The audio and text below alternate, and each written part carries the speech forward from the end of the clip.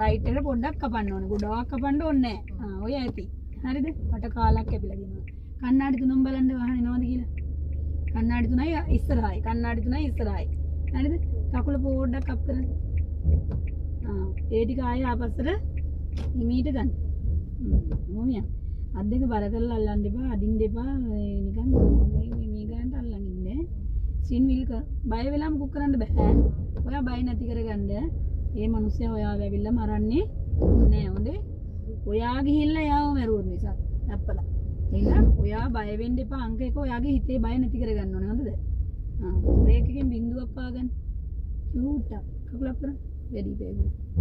Left එකට signal දාන්න. Left කියන්නේ උඩට තල්ලු කරන්න. චුට්ටක් ස්ලෝ කරලා ඔයාට පාරේ හැඩේ පේනවද? ඔය බල්ලත් අයින දිගේ ගියා ලස්සනට. හලෝ අම්මපා. මේ කන්නාඩිය ඉස්සරහයි බලන්න.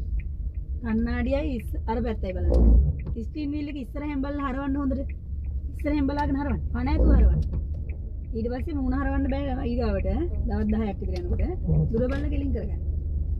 ඔක්කොම ගෙලින් කර අන්තිම පොඩ්ඩේ හිමීට තාලෙට. දන්නවද රිද්ම් එකක් තියෙනවා කියලා හැම දෙයකම. තාලයක් තියෙනවා රිද්ම් එකක් තියෙනවා. සින්දුවක් කිව්වක් තියෙනවා. එළවලු කපන්නේ කොහොමද බෙබිඤ්ඤා? බෝංචි කපලා ගත්තොත් කොහොමද? වැඩේකට කපනවා. කැඩුවත් කොහොමද? එක ගානකට මිම්මක් වගේ එන්න කපනවා. නැත්නම් එක කැල්ලක් මෙහෙම කපලා මේ ඊගාව බෝංචි කැල්ල මාළුවට දාන්නේ නැහනේ.